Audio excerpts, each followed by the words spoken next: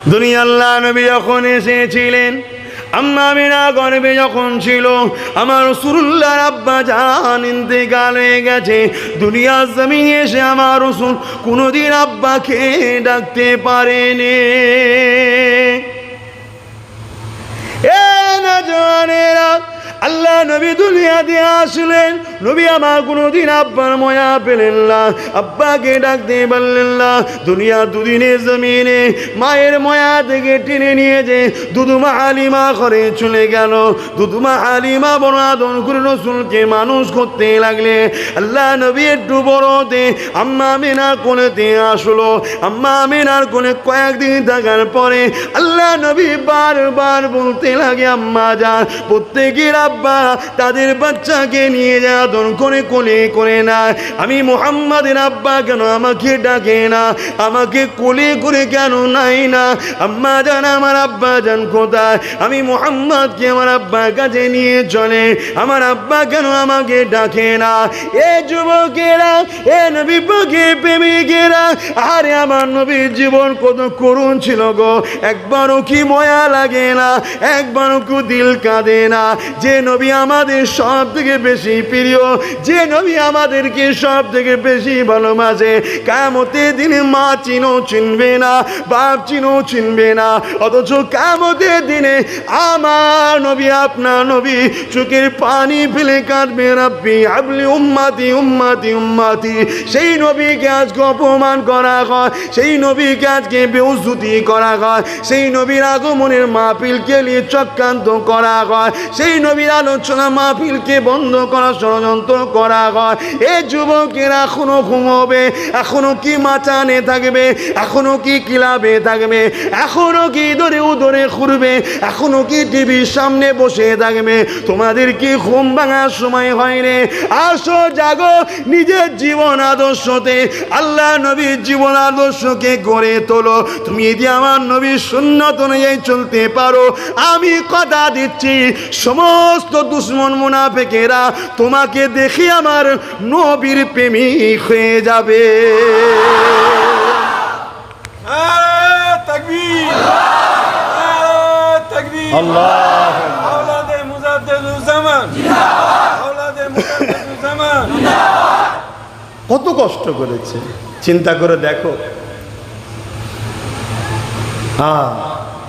যাকে আল্লাহ এত ভালোবাসে, যাতে দুনিয়ায় কোনো এতিম ছেলে মনে না কষ্ট পায়, কষ্ট পেলেই মনে করবে আরে আমার রাসূলের তো আব্বা ছিল না, আমার নবীর তো আম্মা ছিল না, তার মনে একটা সান্ত্বনা হবে।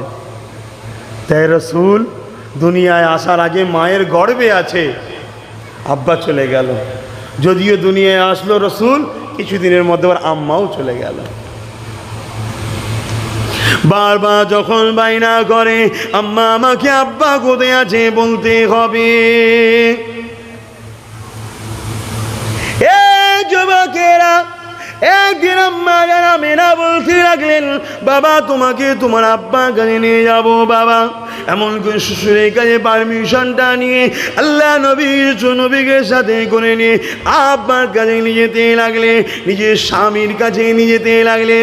কোথায় গো আমার রাসূলের আব্বা যান?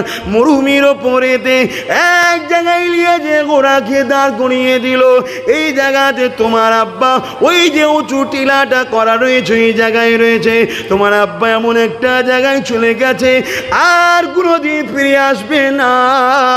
আল্লাহ নবী কথাটা শুনে আম্মা জানের হাতটা সরিয়ে নিয়ে ছুটে গিয়ে মরুভূমির বালির ওপরে আব্বার কবরের পাশে গিয়ে গড়াগড়ি দিতে লাগলো আর বলতে লাগলো, আব্বা প্রত্যেকের বাচ্চারা তার বাচ্চাকে ডাকতে আসে, তার বাচ্চাকে কোলে করে নিয়ে ঘোরে, তার বাচ্চাকে আদর করে চুমা দেয়, পিয়ার করে।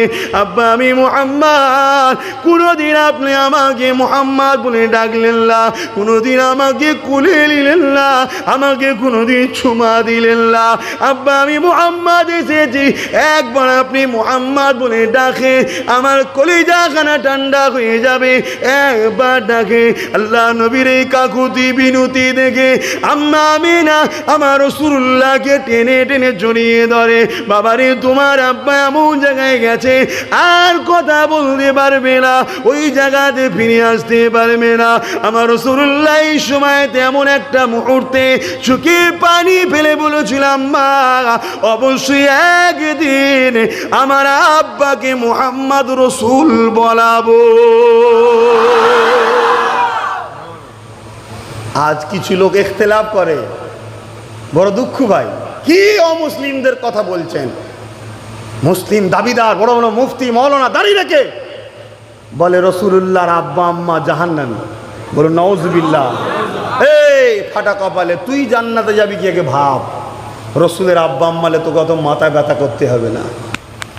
রাসূলুল্লাহর কোনো ব্যাপারে কোনো জিনিস রাসূলের সঙ্গে জড়িয়ে আছে, কোনোটাকে অপমান করার অধিকার নাই। কথা বুঝে আসছে? তারিখের কিতাবের মধ্যে আছে, বহুত হাদিস থেকে প্রমাণ আছে, আমার রাসূল পাক সাল্লাল্লাহু আলাইহি সাল্লামের আব্বা দ্বীনে ইব্রাহিমের মধ্যে ছিলেন। জোরে বলুন সুবহানাল্লাহ। এবং পরবর্তীতে তিনার আব্বা আম্মা উভয়কেই আমার আল্লাহ পাকের হুকুমে রাসূলুল্লাহ দোয়ার ওসিলায় আমার রাসূল তিনাদেরকে কবর মোবারক থেকে তুলে কলেমা শরীফ পড়িয়েছিলেন। জোরে বলুন সুবহানাল্লাহ। আজকে আমাদের মধ্যে এইরকম একটা সাধুরূপী বদমাইশ আমাদের ঈমানকে লুটছে। কি জিন্দেগি আমার রাসূলের! এত কষ্ট, এত ব্যথা বেদনা নিয়ে ছোটবেলা থেকে বড় হয়েছে। হচ্ছে আল্লাহর দোস্ত তিনি, দোনো জাহানের শাহ আল্লাহ তিনাকে করেছে। তিনি গেলে গাছ সালাম দেয়, পাহাড় পর্বত সালাম দেয়। তিনি যখন কোনো প্রাকৃতিক দুর্যোগে সাড়া দেবে, চতুর্দিক থেকে গাছ এসে হ্যাট হয়ে ঘিরে রাখতেন। তিনি প্রাকৃতিক দুর্যোগে সাড়া দিবার পরে আবার যে যার জায়গায় গ্যাসগুলো চলে যেত। সাহাবারা বলতেন আমরা দ্রুত এই জায়গায় যেতাম, কোনো কিছু দেখতে পেতাম না, শুধু খুশবু বাইর হতো। জোরে বলুন সুবহানাল্লাহ। আর একটু জোরে বলবেন না? এ নবীর গোলামরা জোরে বলুন না সুবহানাল্লাহ। আমার নেতার মতো নেতা পৃথিবীতে আসেন আর আসবে না বাপ, আমি বলছি নি। সমস্ত ধর্মের ধর্মগুরুরা আমার নেতাকে সম্মান করেছে। আর আমার নেতা তো শুধু আমার নয়, এ তো মানুষ তো জাতির পথ প্রদর্শক হয়ে এসেছে, তামাম মখলুকাতের নেতা ছিলেন। জোরে বলুন সুবহানাল্লাহ। তার আদর্শ কেমন ছিল? এত কষ্ট করেছে, এত কষ্ট করার পরও তিনি কোনোদিন কাউকে আঘাত দেননি। জোরে বলুন সুবহানাল্লাহ। আল্লাহ নবীর টোটাল জীবনে তেনার পরিবারদের ঘরে জিজ্ঞেস করা হয়েছে যে আল্লাহ রসুল আপনাদের সঙ্গে কেমন ব্যবহার করে। আমার রসুলের আহালিয়া আমাদের আম্মা জানরা বলেছেন, কোনো দিনের জন্যে মুহাম্মদ সাল্লাল্লাহু আলাইহি সাল্লাম বড় বড় চোখ বার করে আমাদের দিকে তাকাইনে, রাগ করা তো দূরে কথা, বড় চোখও দেখাইনে। জোরে বলুন সুবহানাল্লাহ। আর যারা ভুল ধরছে তাদের সংসারের খবর শুনলে তো মাথা খারাপ হয়ে যাবে। খুব সাবধান বাপ ভাইরা, দুনিয়া একেবারে শেষের দিকে। কি ওয়াজ করবো, আপনারা সব তো জানেন, তথাপিও নিয়ে এসেছেন বা এগুলো করা দরকার, তাই তো না? কি গো, এই কিছু সময় বসে ছেলেগুলো দরুদ পড়ছে, সুবহানাল্লাহ বলছে, উপকার হচ্ছে না ক্ষতি হচ্ছে? বলুন না গো। এই তোরলপুরে যদি 50টা জলসা হয়, তোরলপুরে কবরবাসীদের আযাব বাড়বে না কমবে? জোরে বলেন। তাহলে অসুবিধে কোথায়? কিন্তু গ্রুপবাজি করবেন না। গ্রুপবাজি করার কি দরকার? কার সঙ্গে জলসা চলবে, কার সঙ্গে জলসা চলবে না, লিস্ট টাঙিয়ে দেন। দাওয়াত কাটনেওয়ালারা ঠিক করে নেবে এইটা অসুবিধা আছে। দাওয়াত করে দিয়ে বসে আছে 1 বছর আগে, আর হঠাৎ করে যদি বলা হয় বাদ, 10টা তো আমায় ভালোবাসে, 20টা তো আপনাই ভালোবাসে, 25টা তো ওকে ভালোবাসে, 23টা তো একে ভালোবাসে, তাহলে সমস্যা হবে। আগে থেকে লিস্ট করে দেন, অমুক অমুক অমুক অমুক নাজায়েজ হারাম, গরুর পিসাবের মতো হয়ে গেছে, যতই তাকে যাই হোক দুধে পড়লে হারাম হয়ে যাবে। ঠিক করে দেন। আম মানুষ জেনে যাবে। আম মানুষ কি করবে রে বাবা? যেদিকে বলছি সেদিকে যাচ্ছে, আম মানুষ কি করবে? আম মানুষের কিছু দোষ আছে? আহা, কত কষ্ট করে রাসূল ইসলাম করেছে। আজকে সেই কোরআনের দুটো কথা বলি, রসুলের দুটো কথা বলি, তাই নরের তকবীর আল্লাহ আকবার বলে, ভাইজান জিন্দাবাদ বলে, হুজুর জিন্দাবাদ বলে, নবীর কথা শোনাই বলে তাই জিন্দাবাদ, ঠিক না বেরিক? হাদিসের কথা বলি, রসুলের দিনের কথা বলি তাই জিন্দাবাদ।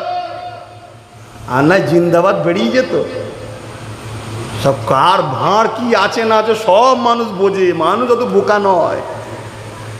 খরগোশ গর্তই মাথা ঢুকিয়ে তো মনে করে আমায় কেউ দেখতে পায় না, বিরাট চালাক, সব দেখতে পায়, সব বোঝে মানুষ।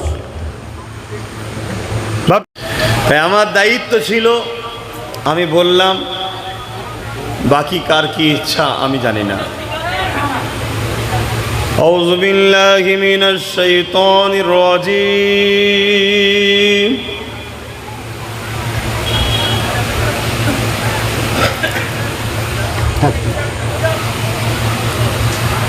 বিসমিল্লাহির রহমানির রহিম।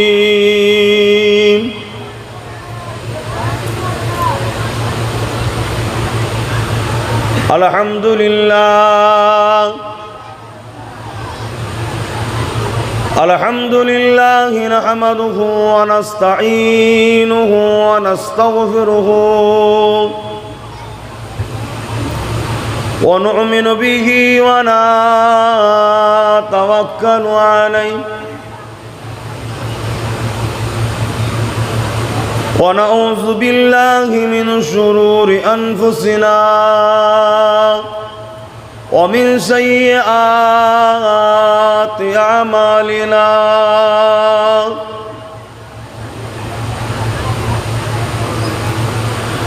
من يهده الله فلا مضل له ومن يضلله فلا هادي له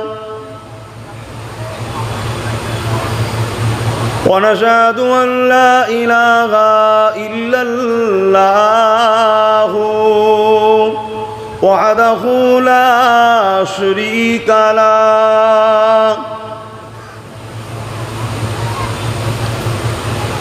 ونشهد أن سيدنا وحبيبنا ومولانا محمدا عبده ورسوله.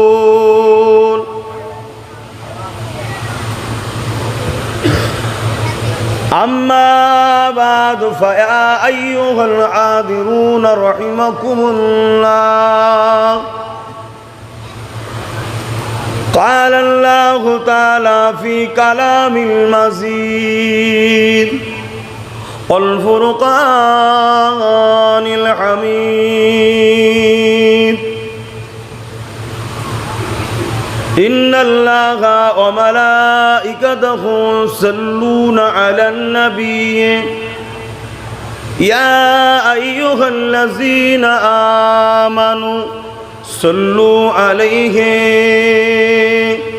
وسلموا تسليما.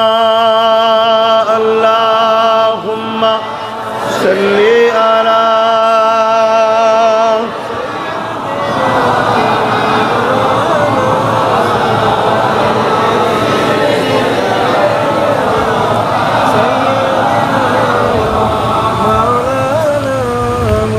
মোহাব্বতে রসুলের উপর দরুদ পড়লে অনেক ফজিলাত আছে, আমরা সবাই জানি। রসুল বলছেন, যারা আমার উপরে একবার দরুদ পড়ে, মান সাল্লা আলাইহা ওয়াহিদাতান সাল্লাল্লাহু আলাইহি আসরা, আল্লাহ তার উপরে খুশি হয়ে 10টা নেকি দেন। জোরে বলুন সুবহানাল্লাহ। আমাদের নেকি কিন্তু খুব প্রয়োজন।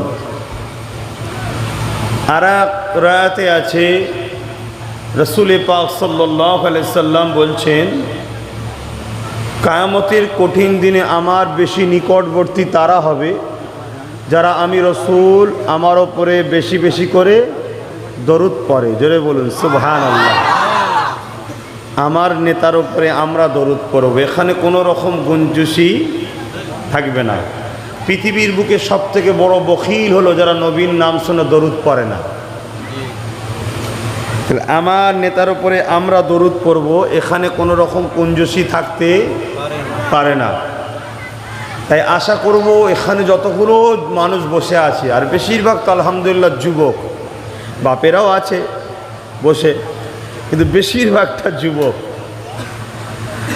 এতে আমার আব্বাগুলোর খুশি হওয়া দরকার যে আপনাদের বাচ্চারাও লাইন ধরে নিয়েছে। জোরে বলুন সুবহানাল্লাহ। তবে আমার রসুল পাক সাল্লাল্লাহু আলাইহি ওয়াসাল্লাম কিন্তু যুবকদের ঘরে সবসময় গুরুত্ব দিতেন। আর আমার রসুল শুধু নয়, স্বয়ং আল্লাহ তিনিও বলেছেন এই যুবক বয়সে বা যুবতী বোনেদের উদ্দেশ্য করে বলছি, আল্লাহ বলেছেন আমার বান্দা বান্দীদের মধ্যে এই বয়সে যারা আমার ইবাদত করে, ওই ইবাদতটা নবী আলাইহিমুস সালামদের ইবাদতের মাকাম, অর্থাৎ একসাথে যে মর্যাদা, ওই সমকক্ষ ইবাদতের পাওয়ার রাখে। জোরে বলুন সুবহানাল্লাহ। তাহলে এই বয়সটার গুরুত্ব কিন্তু আল্লাহর কাছেও আছে। রসুল সর্বসময় হজরত আলীকে ডাকতেন, উমর ফারুককে ডাকছেন, হজরত তালহাকে ডাকতেন, একেবারে 18, 19, 20 যুবক। তাহলে আজ বেশিরভাগ তো আলহামদুলিল্লাহ আমরা যুবকই বসে আছি। আর বিশেষ করে প্রতি বছর এই মাহফিল হয়, তাই তরুলপুরের গ্রামের যুবক যারা কর্মসংস্থানে বাইরে থাকে তারাও আলহামদুলিল্লাহ অনেকে এই মাহফিলকে কেন্দ্র করে ঘরে আসে। বাৎসরিক একটা মাহফিল দাদা হুজুরের হাতে রাখা, সেই দাদা হুজুরের পাগলদের ছেলেরা আজও সেই মাহফিলকে সিলসিলা জারি রেখেছে, এই উদ্দেশ্য করে ঘরে আসে। এবারও এসেছে, তাই তো নাকি গো? তো সেই জায়গাতে একটু মহব্বত ভরা ভালোবাসায় এতগুলো মানুষ আমরা বসে আছি উচ্চ আওয়াজে। কেন যারা আশা করব দোকানে বাজারেতে যারা ঘুরছিলেন তারাও হয়তো দোকান টোকান ছেড়ে দিয়ে এখন মাহফিলে বসে গেছে। কেন এটা আমাদের দায়িত্ব। আজকে যদি এই মাহফিলকে অপমান করে কেউ দোকানে থাকে, কিয়ামতের দিন আল্লাহ ধরলে জবাব দিতে পারবে না। এই মাহফিলকে অপমান করে আমার কোনো মা বোন যদি বাজারে ঘোরে, আল্লাহর কাছে কিয়ামতের দিন জবাব দিতে পারবে না। এতক্ষণ মাহফিল বন্ধ ছিল, শুরু হয়নি, একটুখানি ছেলেরা সব বাজারে খাওয়া দাওয়া করছিল, সেটা আলাদা কথা। এখন তো মাহফিল শুরু হয়ে গেছে, আল্লাহ কারে সব বিল করে ঢুকে তো আমার নবীর পাগলগুলো বসে গেল, সব ছায়া করে বসে গেছে, জান্নাতের বাগানকে সুন্দর করে সাজিয়ে দিয়েছে। সেই জায়গাতে আমাদের দায়িত্ব এই মাহফিলকে সুন্দর করে তোলা এবং উচ্চ আওয়াজে মহব্বত ভরা ভালোবাসায় গলা মুখ খুলে আমরা আমার নেতার ওপরে দরুদ করব। কেননা পৃথিবীতে যত দোয়া আছে মুফাসসিরিন হযরতরা বলেছেন সবথেকে উত্তম দোয়া হলো দরুদ। জোরে বলুন সুবহানাল্লাহ।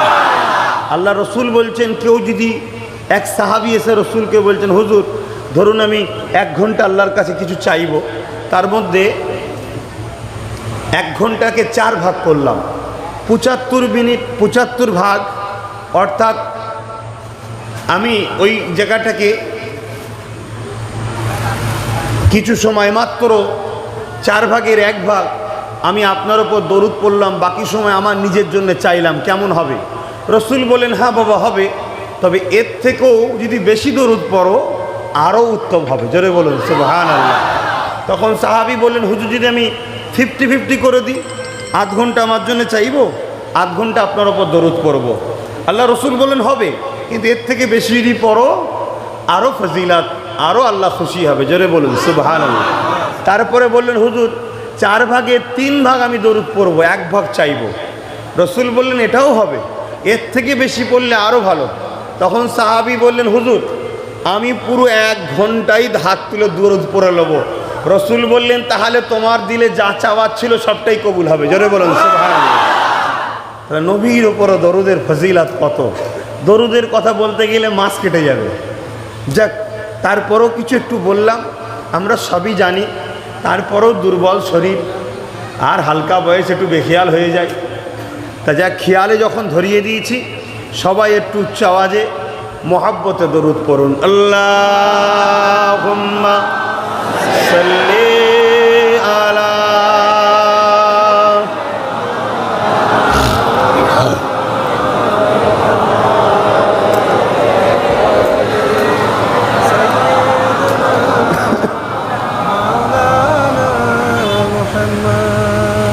আয় কি যাবি সঙ্গে আমার,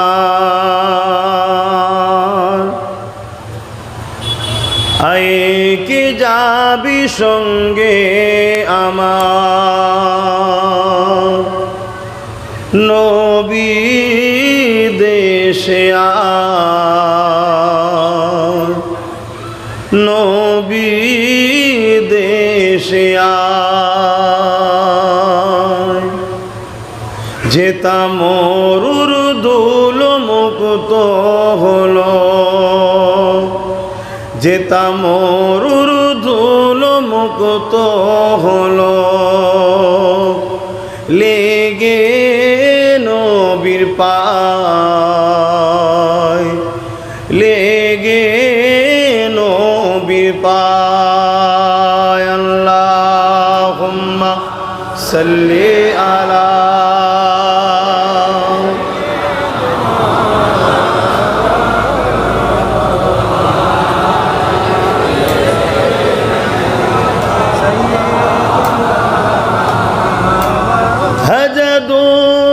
নিয়ে যাব আমি, বলবো নবীজিকে, হাজার দুঃখ নিয়ে যাব আমি, বলবো নবীজিকে। আমার দুঃখ বিদায় নেবে নবীজির দোয়াতে। কোন দিকে ভাই হেরা গোহা, কোন দিকে ভাই হেরা গোহা, বলে দাও আমায়, বলে দাও আমায়। আল্লাহুম্মা সাল্লি আলা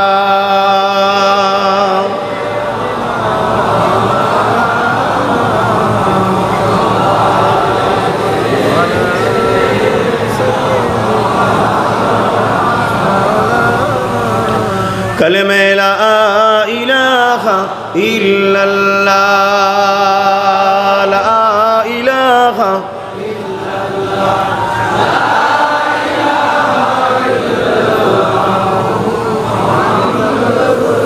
हस्बी रब्बी जल्लल्लाह, मा फी कल्बी खैरुल्लाह, हस्बी रब्बी जल्लल्लाह, मा फी कल्बी खैरुल्लाह, नूर मुहम्मद सल्लल्लाह, हक़ ला इलाहा इल्लल्लाह, ला इलाहा जरे जरे ला इलाहा इल्लल्लाह, ला इलाहा इल्लल्लाह, ला इलाहा इल्लल्लाह।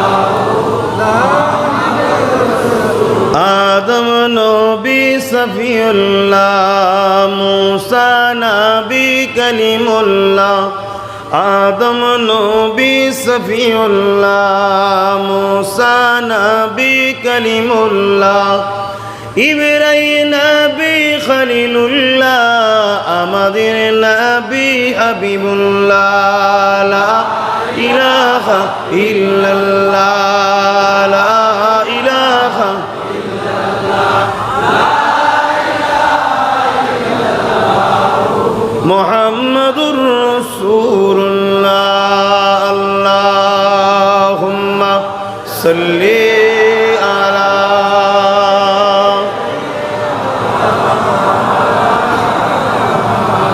ওয়ালা আলি সাইয়্যিদিনা। وقال الله تعالى في كلام المزيد والفرقان الحميد،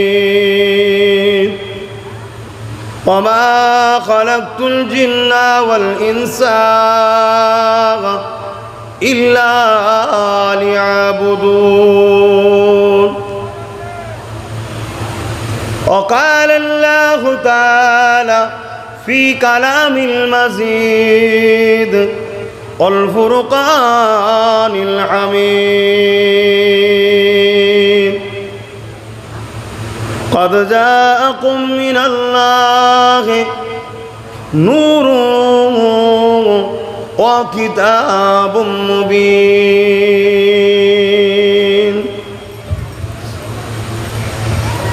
আমার আব্বা জানেরা, আমার আম্মা জানেরা, আমার ভাইয়েরা, আমার বোনেরা, ছোট ছোট বাচ্চারা, রবিউল আউয়াল শরীফের মাস, বিশ্বনবী মুস্তাফা আরবি সাল্লাল্লাহু আলাইহি সাল্লামের আগমন উপলক্ষ করে মাহফিল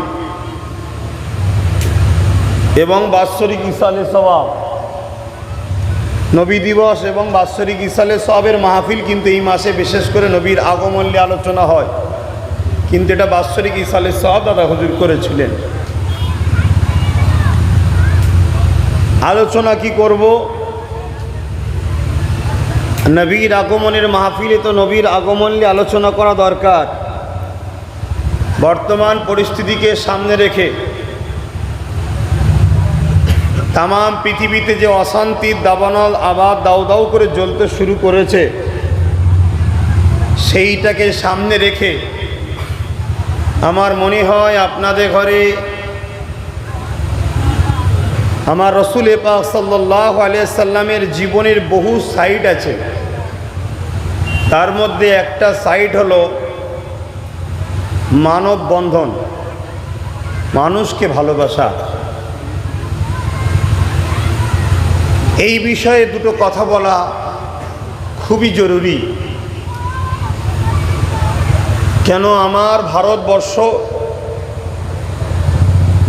এটা আমার মহান দেশ। এই দেশে আমাদের ইমাম আতায়ে রসুল গরিবের নওয়াজ শুয়ে আছেন। এই দেশে মুজাদ্দেদে আলফে সানি শুয়ে আছেন।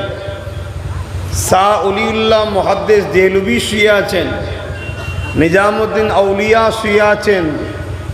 এই দেশে সৈয়দনা আবু বকর সিদ্দিক শুয়ে আছেন।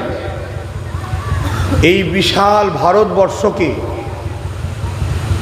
কিছু কম বেশি 200 বছর ইংরেজরা গোলাম বানিয়ে রেখেছিল।